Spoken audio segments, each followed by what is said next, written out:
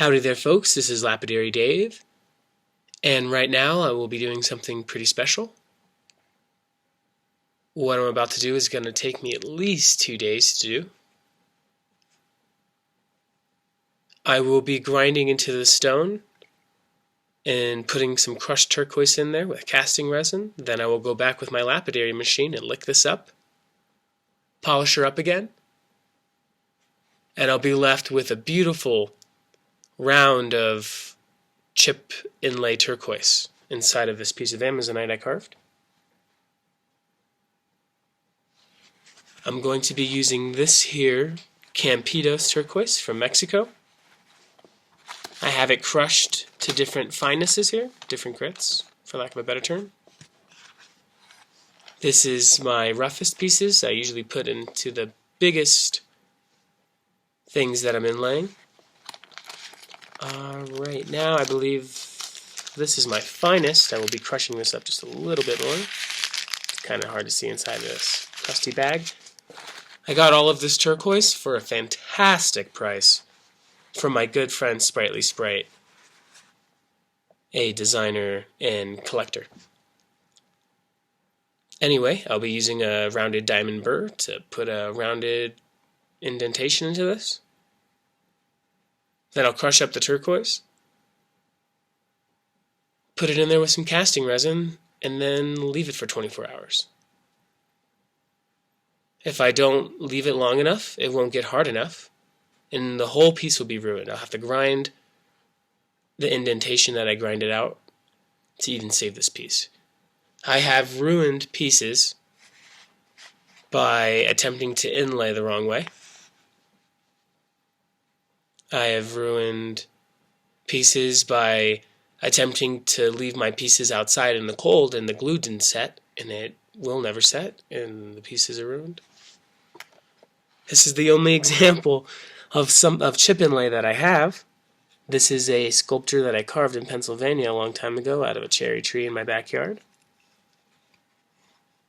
And this is crushed sugilite, artificial of course. Flush with the cherry, crushed up, put in there with some epoxy. I think this wasn't casting resin, this was epoxy. Then polished her. This is a cool piece. Anyway, I will be doing a rounded chip inlay thing like that on this using this Campitos. Chip inlay is an awesome way to spice up your art. Fairly easy. I've bought casted silver rings from the internet made out of sterling or fine and just put my chip inlay in there and finished it up and made rings, $200, $300 rings out of $10 of material. Anyway, see folks in the studio. I'm going to take her to the diamond burr, the flex shaft. Alright folks, I marked where I would like my inlay. I'm going to start with this smaller diamond rounded burr. And I'm using my 2.5 gallon Poland Spring drinking water container as a drip system.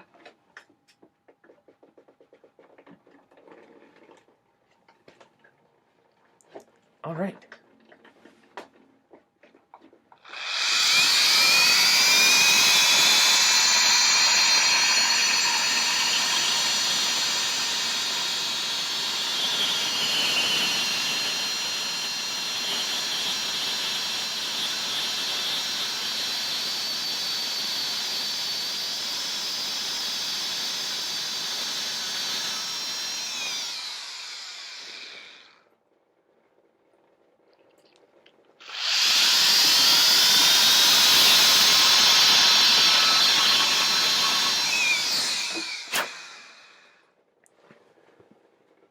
Okay folks, I got the hole from that rounded burr right where I would like it. I have the depth to where I would like it. Now I'm gonna widen the hole a bit. Anyway, I don't have many burrs, so I'm going to be using a few different ones, starting with the silicon carbide burr. Afterwards, I'll take it inside and show you folks. This is the easiest step, getting that hole there. See you folks on the inside. Okay folks, I'm back here inside. I widened that hole a little bit. I tried using a silicon carbide burr. It didn't work. So I took the cylinder and just kind of went around inside of there to widen the hole just a little bit.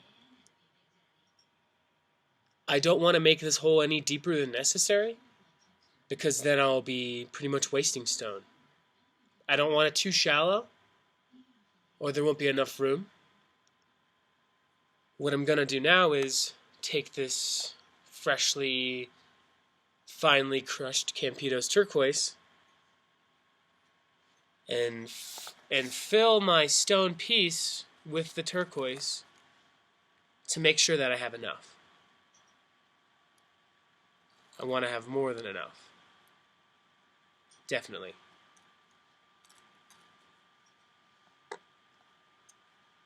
Okay. So then what I do is I take my epoxy or resin, mix it all up.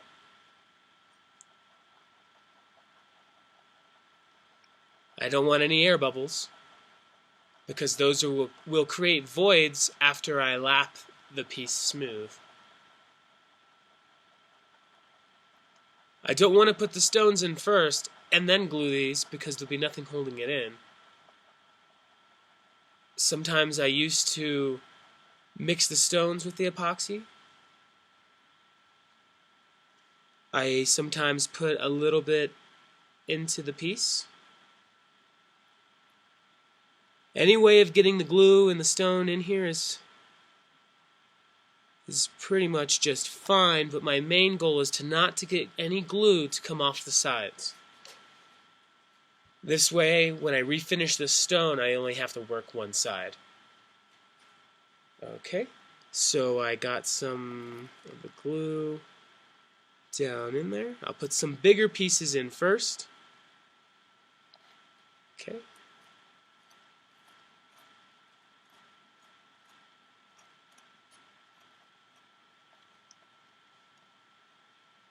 Then I will take this glue and almost pick up these stones with the glue.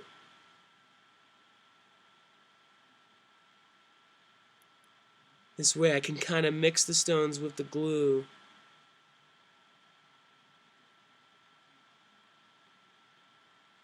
A little bit easier. This is what I consider the hardest part of this process. If you miss a spot, it's not going to look as good as it could. If there's too many big stones and not enough little stones, there'll be voids in the piece and it won't look as good as it could.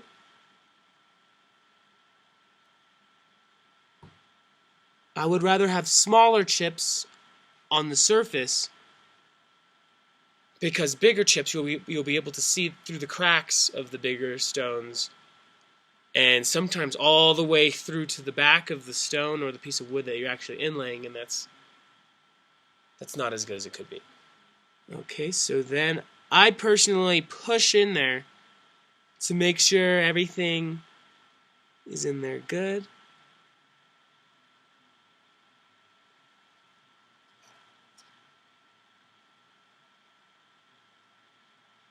I'm pushing stuff into the hole.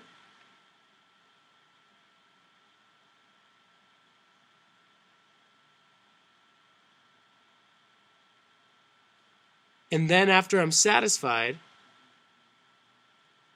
I'm going to put epoxy on top of this to kind of seal everything in, and if anything wasn't glued quite all the way, because a piece of stone was keeping it from getting glue, sometimes the epoxy that I put on top last will kind of keep everything adhered. Anyway, that's what I'm going to do.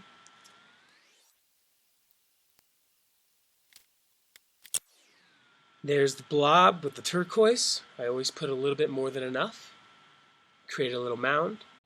So now I'm going to wait a good 24 hours. Some people say that you only have to wait the 5 or 6 hours that the package suggests waiting before you work it, but for me, I've waited 5, even 12 hours sometimes, and have still grinded into softer glue that wouldn't take a finish and that has been ruined by the way I did that. So now I wait 24 hours to make sure that it's rock hard and it takes a glass-like polish. Anyway, folks, see you tomorrow. I'll take this to the studio. Alright, folks, here's the stone. The epoxy is dried, nice and hard. I tested the hardness using a X-Acto knife. If it has any kind of softness, it's not ready. I waited just over 24 hours. And by scratching at the resin with a knife, I know that she's at peak hardness and ready to be grinded. I'll be using my 80 wheel gently, taking it down to pretty much the stone surface to where there's just a little bit of glue around the hole of the inlay. Then I'll take it to 220. Alright folks, this is my 220 polish and roughly what the stone is going to look like when I'm finished. There is a few spots of resin missing from the inner inlay, which is pretty much unacceptable. I would have to put more resin to fill the little spot, but I'm not going to do that. I'm just going to go ahead and finish her up. But I just want you folks to know, if you ever run into that little void in your inlay, just fill it up with resin, wait 24 hours, and do it again. There could have been an air bubble, or perhaps just a piece under stone that didn't get any glue. Either way, that's my 220. I'm going to finish her out, take her inside, show her off, and have a chat.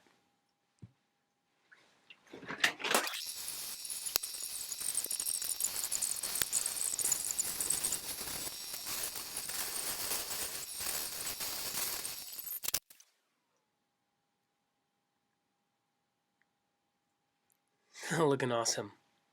Gonna take her inside. Alright folks, here's that finished piece. Finely polished. Looking fantastic.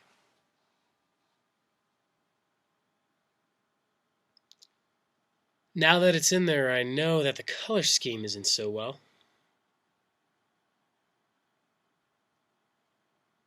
It's almost difficult to see the turquoise inside the Amazonite.